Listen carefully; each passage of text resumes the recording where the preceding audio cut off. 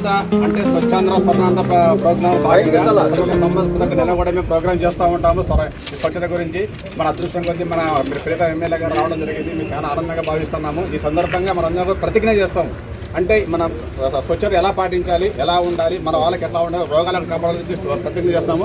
దాంట్లో పాల్గొనడానికి అందరికీ ఆనందంగా ఉంది. Please madam. స్వచ్ఛాంధ్ర ప్రతిజ్ఞ. స్వచ్ఛాంధ్ర ప్రతిజ్ఞ. నేను నా పరిసరాల పరిశుభ్రత కొరకు ప్రతిరోజు కొంత సమయం కేటాయిస్తానని నా వంతు కృషిగా స్వచ్ఛత కార్యక్రమాల కొరకు శ్రమదానం చేసి పరిశుభ్ర ఆంధ్రప్రదేశ్ సాధించే సంకల్పానికి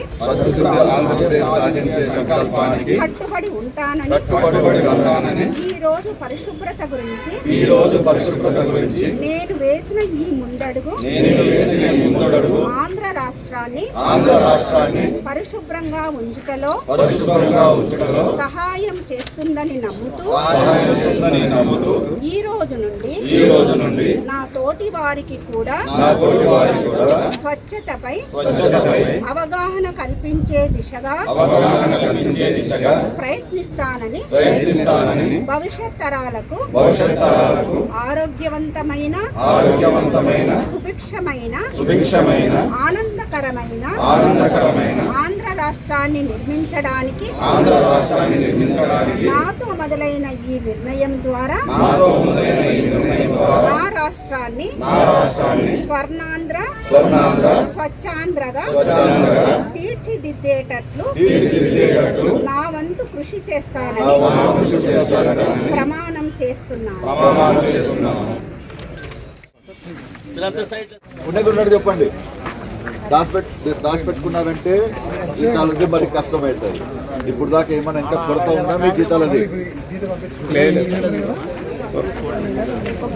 ఒక నెలది.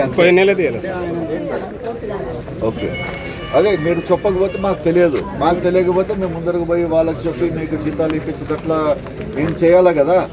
మీరు ఇది చంద్రబాబు నాయుడు ఏ ఊరికి ఉన్నారో వాళ్ళు ఎవరైతే పని చేస్తున్నారో వాళ్ళు మొదటి వ్యక్తులు అంటున్నాడు. మీకు అంత ఇంపార్టెన్స్ ఇస్తున్నాడు అంటే మీరే ముందర, దాని తర్వాత ఎమ్మెల్యే, దాని తర్వాత అందరూ అనే టైప్లో. సో మీరు కరెక్ట్గా సంతోషంగా ఉంటే ఊరు పబ్లిక్ వాళ్ళందరూ కూడా సంతోషంగా ఉంటారని ఆయన భావనలో మాటలో. అందుకోసమే దీని ప్రకారము మాకు నెలకి వచ్చి ఇక్కడ కసిగొట్టని నేను ఎందుకు చెప్తున్నాడు. మేము వచ్చి కసిగొడితే మా ఇంట్లో ఉండేటోళ్ళు అట్లీస్ట్ వాళ్ళన్నా కొంచెమన్నా నీట్గా చేసుకుంటా పోతారని ఆలోచనతో చేపిస్తున్నాడు అమ్మా. మీ ఆ జీతాలు ఏమన్నా ఉన్నా కానీ మా వాళ్ళకి చెప్పండి, ఆఫీసర్లతో మాట్లాడి కరెక్ట్ టైంకి ఇప్పిస్తుంటారు. మీరు ఏ ఏరియాకి పెట్టినారు? ఎంతమంది ఉన్నారు మీరు?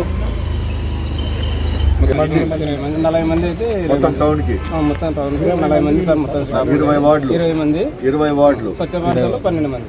అది మరి కొత్తగా స్వచ్ఛ భారత్ సెంట్రల్ గవర్నమెంట్ మొత్తం కలిపి 32 పరిపూర్ణంగా అవుతుందా?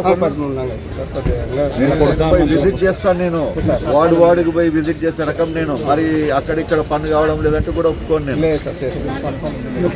షార్ట్ ఫాల్ ఉంటుంది. నేను అందరూ అంటున్నా, మొత్తం చెప్పేది చెప్పకండి, ఒరిజినల్ చెప్పండి. ఏమన్నా ఇంప్రూవ్మెంట్ చేసుకునే స్కోప్ మాకు ఇవ్వండి.